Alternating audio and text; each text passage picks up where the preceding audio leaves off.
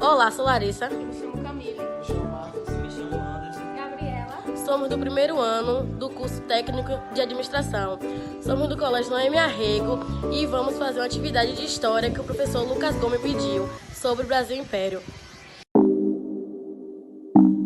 O Brasil Império foi um período na história do Brasil que teve seu início com a aclamação do imperador Dom Pedro I em 1822 e se prolongou com a proclamação da República em 1889. Dom Pedro I foi aclamado imperador constitucional e defensor perpétuo do Brasil. O fato que se oficializou no dia 12 de outubro de 1822 era o início do Império, embora a coroação só tinha sido realizada no dia 1º de dezembro de 1822.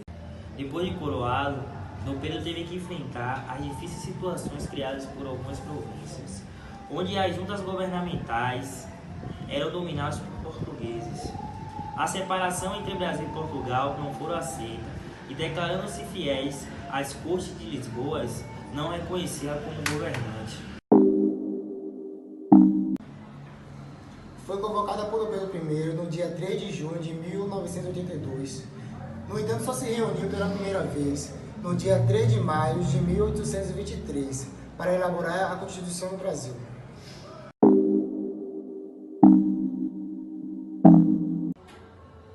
Em 16 dias estava pronta, baseada no projeto que fora elaborado pela Constituinte. No dia 25 de março de 1824, Dom Pedro I jurou obedecer à Carta Magna que ortogava no Brasil.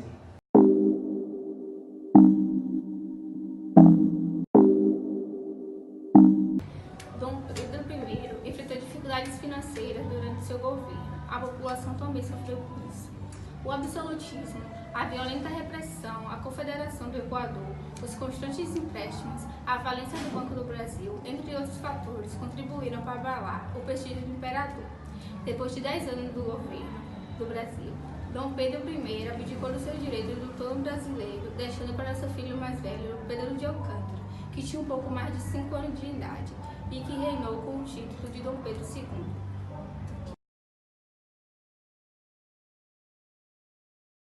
Eu vou falar agora sobre as regências que ocorreram no ano de 1831 a 1840. A Constituição de 1824 determinava que o Império seria governado por uma regência.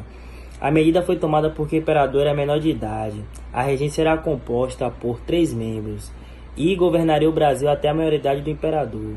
Nesse período governou o Império a regência trina provisória de 1831, a regência trina permanente em 1831 a 1835. Em 1934 foram introduzidas algumas alterações importantes no texto constitucional, entre elas a eleição de um regente único do Império. Realizadas as eleições, foi eleito Padre Antônio Feijó em 1859 a 1917, que tomou posse em 12 de outubro de 1835. A regência de Diogo Antônio Feijó governou até o ano de 1837, quando, depois de sucessivas crises, Feijó renunciou ao cargo de regente. No dia 22 de abril de 1838, Pedro de Araújo Lima foi escolhido como novo regente. Dom Pedro II governou o Brasil durante quase meio século. O início desse período foi marcado pelas lutas partidárias pelo poder, dando origem às revoluções liberais de São Paulo e de Minas Gerais. A Revolução Praieira foi outro movimento de caráter liberal que aconteceu em Pernambuco.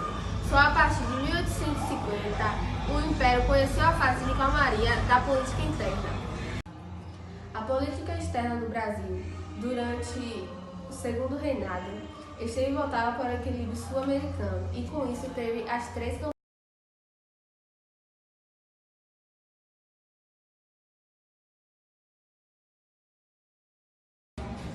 O açúcar, o algodão, o cacau, o tabaco e a borracha representaram parte significativa da produção agrícola durante o Império. Na região sudeste, o café foi responsável pelo aparecimento da aristocracia do Segundo Reinado. A abolição da escravatura em 1888 gerou profunda crise nas zonas cafeeiras. O braço escravo foi substituído pelo trabalho livre do imigrante europeu, que que acentuou-se em 1848, quando ocorria na Europa várias crises.